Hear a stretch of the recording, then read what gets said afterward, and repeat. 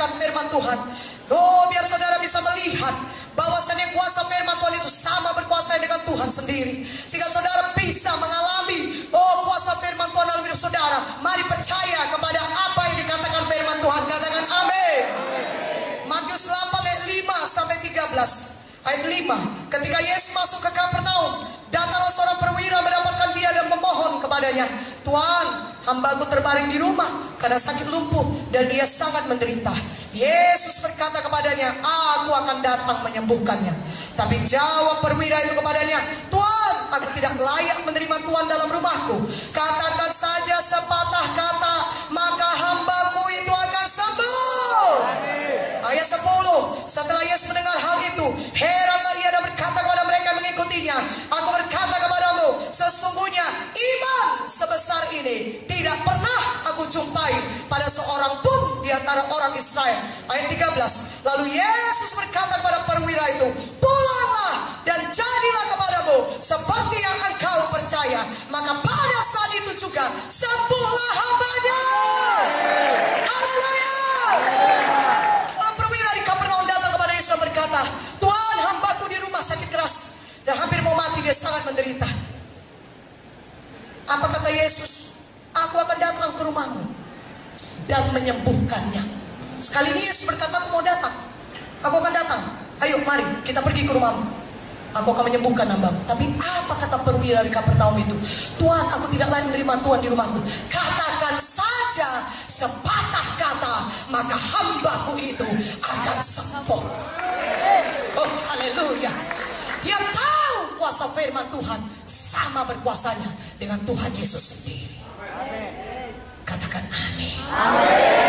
Dan Tuhan berkata, iman sebesar ini tidak pernah aku jumpai, bahkan di antara orang Israel sekalipun.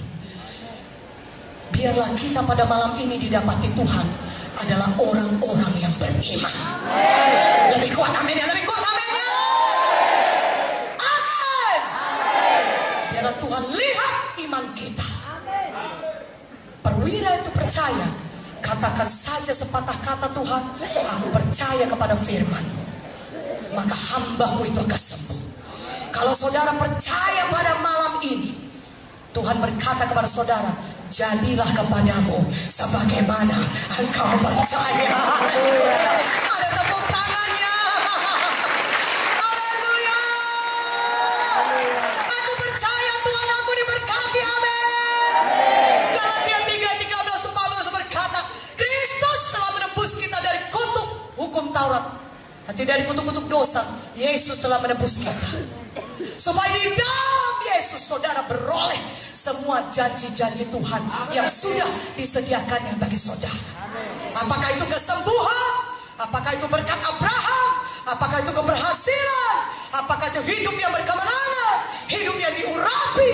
Hidup yang mempermuliakan Tuhan? Semuanya itu sudah disediakan Tuhan bagi saudara. Berikan kemuliaan bagi Tuhan. Haleluya.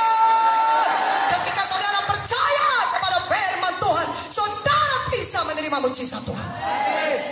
Haleluya. Iman datang dari mendengarkan firman Tuhan. Roma 10 ayat 17. Dari manakah datangnya iman? Dari mendengarkan firman Tuhan. Saya ceritakan dari Markus 5. Nanti sudah bisa baca di rumah. Markus 5 kira-kira dari ayat 20 sampai 33. Ada seorang wanita yang sakit pendarahan 12 tahun dia sakit. Dituliskan dalam firman Tuhan, dia sudah pergi ke berbagai-bagai dokter, tapi tidak ada yang bisa menyembuhkan dia. Dia sudah menghabiskan semua uang itu berobat, tapi keadaannya bukan bertambah baik, malah bertambah buruk. Tetapi ketika dia mendengar berita tentang Yesus, imannya tumbuh, imannya bangkit. Ketika dia mendengar berita tentang Yesus, maka dia mulai tumbuh imannya, mulai ada imannya. Maka dia berkata, "Asal ku jamah saja jubah Yesus, aku akan sembuh." Dia berkata, "Asal ku jamah saja jubah Yesus, aku sembuh, aku sembuh, aku sembuh, aku sembuh." Dan ketika wanita 12 tahun sakit pendarahan mendengar berita tentang Yesus, imannya timbul. Maka dia mulai berkata, dia mulai mengucapkan imannya, "Asal ku jamah saja jubahnya, aku pasti sembuh, aku sembuh." Apakah ketika dia ucapkan itu dia sudah sembuh? Belum. Tubuhnya masih sakit. Tubuhnya masih lemah. Ya. Dan dia dituliskan dalam firman Tuhan bagaimana dia mencari Yesus. Pada zaman itu wanita yang sakit demikian sebenarnya tidak diperbolehkan bergabung dengan orang-orang banyak. Kalau dia masuk dalam kumpulan orang banyak, saudaraku, dia mesti berteriak, aku najis, aku najis, aku najis. Saudara, banyak orang sudah mengenal dia, siapa dia sebenarnya. Banyak halangannya untuk bertemu dengan Yesus. Tapi satu hal, dia punya iman. Katakan amin. Dia berkata, asal ku jamah saja jubahnya, aku pasti sembuh. Sudahkah dia sembuh ketika dia berkata demikian? Belum. Dia masih lemah. Pendarahannya masih mengalir. Dia masih sakit.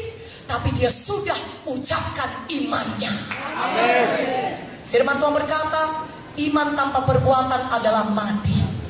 Yakobus 2:26. Seperti tubuh tanpa roh adalah mati, begitu juga iman tanpa perbuatan adalah mati. Mana yang betul-betul iman? Kalau saudara tindakan. Amin. Salah satu tindakan iman adalah saudara mengucapkan iman itu terlebih dahulu. Dan wanita yang 12 tahun sakit pendarahan itu mengucapkan imannya. Dia melakukan tindakan imannya. Sudahkah dia sembuh pada saat itu? Belum. Tapi dia sudah mengucapkan imannya. Asal ku jamah saja jubah Yesus, aku pasti sembuh. Aku pasti sembuh. Aku pasti sembuh. Katakan amin. Haleluya. Siapa yang rindu mujizat Tuhan di sini? Katakan, saya percaya Tuhan. Saya beriman Tuhan. Saya percaya pada firman-Mu. Dan saya mau bertindak. Katakan amin. Walaupun lemah rasanya, masih sakit badannya itu sudah. Masih lemah, dia berjalan. Dia ucapkan terus imannya. Kalau terjemahan aslinya dari firman Tuhan berkata, dia mengulang-ulang. Dia mengulangi perkataan imannya itu. Asal ku jamah saja jubahnya, aku sembuh. Orang mendepak dia mencet, asal ku jamah saja jubahnya, aku sembuh. Asal ku jamah saja jubahnya, aku sembuh. Asal ku jamah saja jubahnya, aku sembuh. Dia sampai kepada Yesus. Dan dia jamah jubah Yesus. Maka seketika itu juga berhentilah pendarahannya. Dia menerima mujizat Tuhan. Ketika Yesus melihat hal itu, dia merasakan kuasa yang keluar daripadanya.